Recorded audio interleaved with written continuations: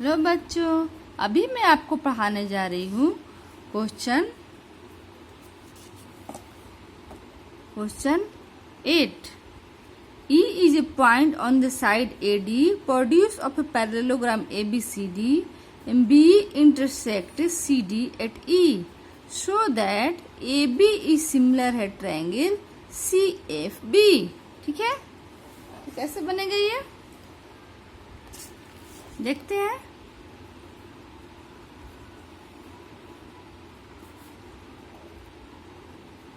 एक हम पैरेललोग्राम बनाते हैं।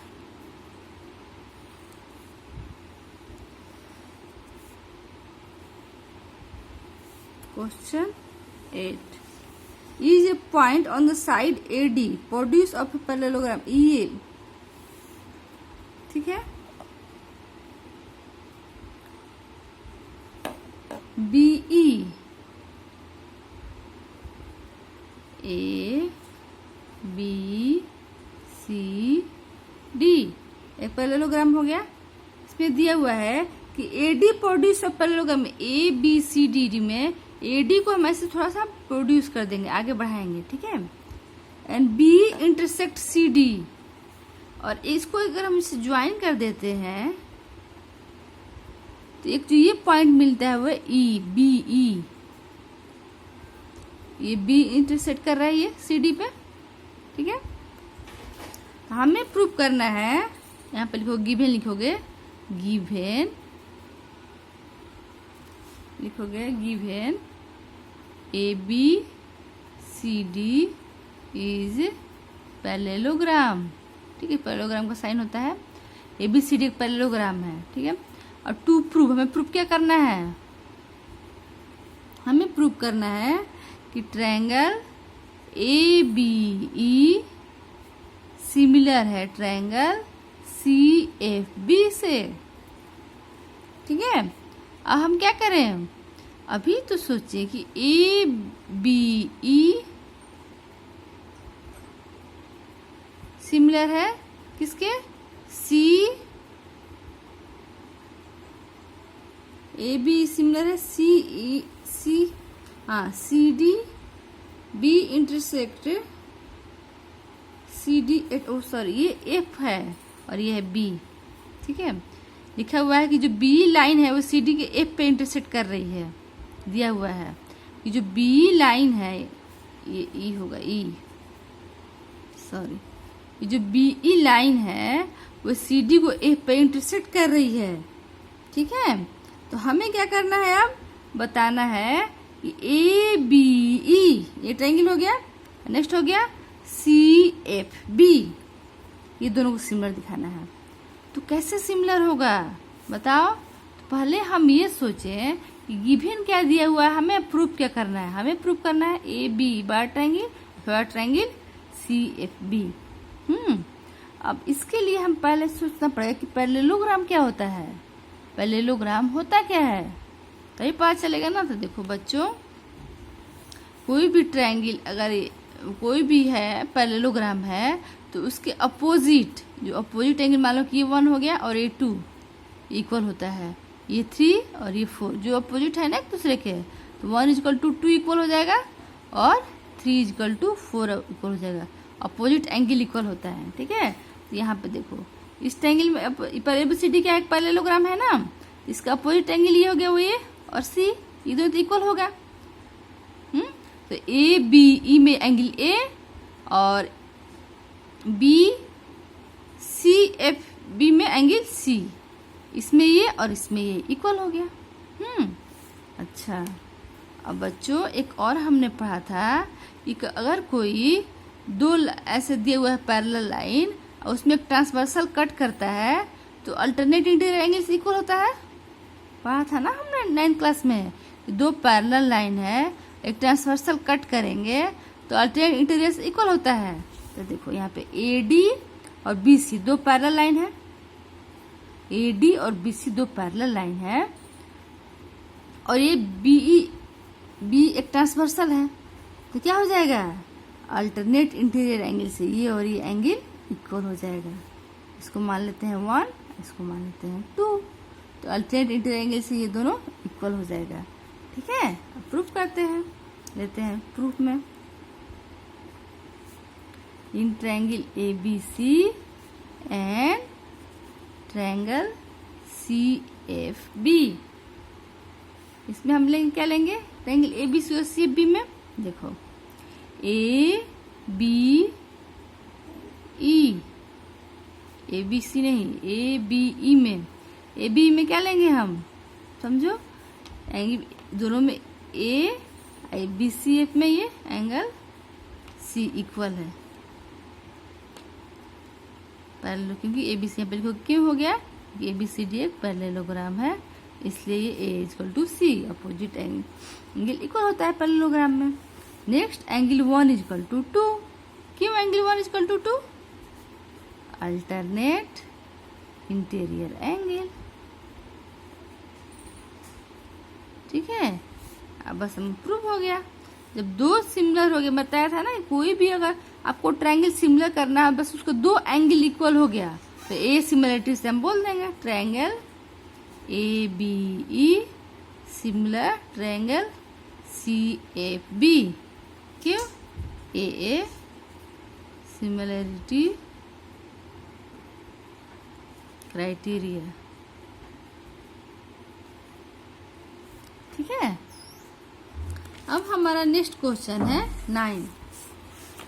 देखो 9 क्वेश्चन में क्या दिया हुआ है, इसमें दिया हुआ है कि इन फिगर 6, इसमें दिया हुआ है हमारा कि एक 6.39 एक फिगर दिया हुआ है, ठीक है। क्वेश्चन 9, इसमें हम देखते हैं एक ABC ट्रायंगल है, ABC,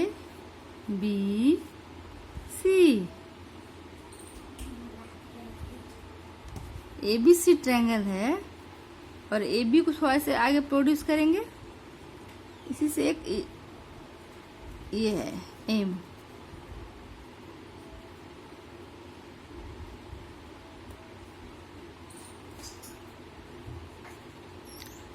इसमें दिया हुआ है कि ABC and AMP are two right triangle, दो राइट ट्रायंगल है। देखो यहाँ पे 90 डिग्री बना रहा है, इसे 90 डिग्री बना रहा है, एंड एट B और M पे 90 डिग्री है। तो प्रूव दैट, हमें क्या प्रूव करना है, ABC और AMP सिमिलर। हमें गिवन क्या दिया हुआ है, गिवन दिया हुआ है कि angle B equal to angle M, क्यों, इच 90, दोनों 90 डिग्री दिया हुआ है। हमें प्रूफ क्या करना है, हमें प्रूफ करना है, टू प्रूव में लिखो, टू प्रूव में लिखना है हमें कि ट्रायंगल ABC सिमिलर है ट्रायंगल AMP। इसके लिए हमें क्या करना पड़ेगा, देखो दो एंगल सिमिलर हो जाए बस बात बन जाएगी। तो देखते हैं क्या कौन कौन सा इक्वल होगा, ABC और AMP दोनों में एंगल ए कॉमन हुआ कि नहीं, एंगल ए कॉमन हुआ कि नहीं, बताओ इसको वन, तो लिखो यहाँ पे इन ट्रायंगल ABC एंड, कितना इजी है, बहुत इजी लग रहा है ना, AMP दोनों में क्या एंगल ए कॉमन, दोनों में क्या होगी, दोनों कॉमन हो गया एंगल। अच्छा, एंगल ABC में एंगल B और APM में E हो गया, तो लिख दोगे angle B equal to angle M, क्यों, इच 90 डिग्री। फिर हम क्या लिख देंगे, इसलिए ट्रायंगल ABC सिमिलर होगा ट्रायंगल AMP के, ठीक है। अब हमारा दूसरा क्वेश्चन है, हमें सेकेंड पूछ, ये तो प्रूव हो गया, प्रूव्ड किससे, ए यहाँ लिखना जरूरी है, ए सिमिलरिटी क्राइटेरिया लिखना ये जरूरी है। दो एंगल प्रूव होता है, थर्ड तो ऑलरेडी हो जाता है, इसलिए हम बस दो हो गया तो लिख दो ए सिमिलरिटी, ठीक है। अब थर्ड सेकेंड हमारा इसका सेकेंड पार्ट क्या है, ये प्रूव करना है कि CA PA BC upon MP। देखो बच्चों, जब कोई भी दो ट्राइंगल अगर सिमिलर हो जाता है तो उसका साइड क्या होता है, प्रोपोर्शनल होता है। ठीक है, तो देखो ये हमारा हो गया CA, परपेंडिकुलर है ना इस P, तो और इस पे इस ट्राइंगल के ABC में ये P है, तो हम CA upon PA। ABC triangle का ये CA और AMP ट्राइंगल का ये AP, C अपॉन PA हो जाएगा। अच्छा, ये परपेंडिकुलर साइड BC और परपेंडिकुलर साइड MP हो गया ना, क्यों, corresponding part of similar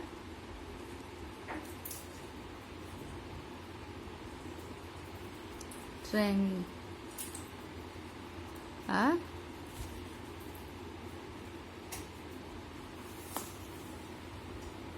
proportional। ठीक है, corresponding part of similar triangle है प्रोपोर्शनल, और दोनों का बताया था ना मैंने, सिमिलरिटी में होता है, अगर सिमिलर हो गया तो उसका साइड भी प्रोपोर्शनल होगा, तो साइड प्रोपोर्शनल हो गया। बस इसमें इतना ही लिख देना है, corresponding part of similar triangle are proportional. ठीक है, नेक्स्ट हमारा क्वेश्चन है, देखो नेक्स्ट है 11। 10th क्वेश्चन थोड़ा लॉन्ग है, उसको बाद में लास्ट में बताएंगे। ठीक है, नेक्स्ट है 11।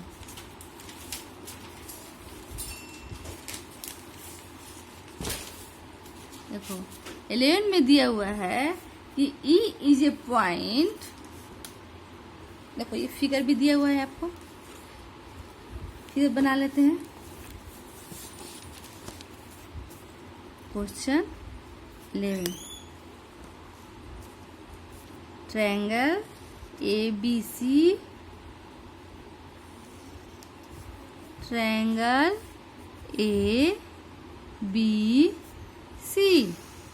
ABC है ट्रायंगल, उसमें क्या दिया हुआ है कि इस पे एक AD परपेंडिकुलर है।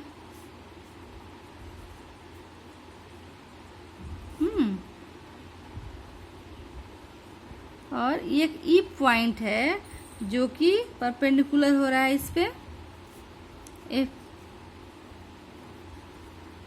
AC पे, इसको ऐसे हम ज्वाइन कर दें।